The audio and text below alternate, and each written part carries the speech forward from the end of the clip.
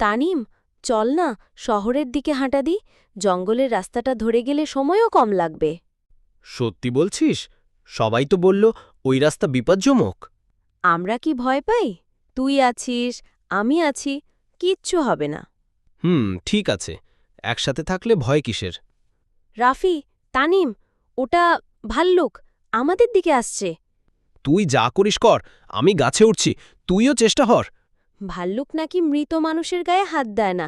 নিঃশ্বাস বন্ধ রাখ রাফি। বাঁচলি তো?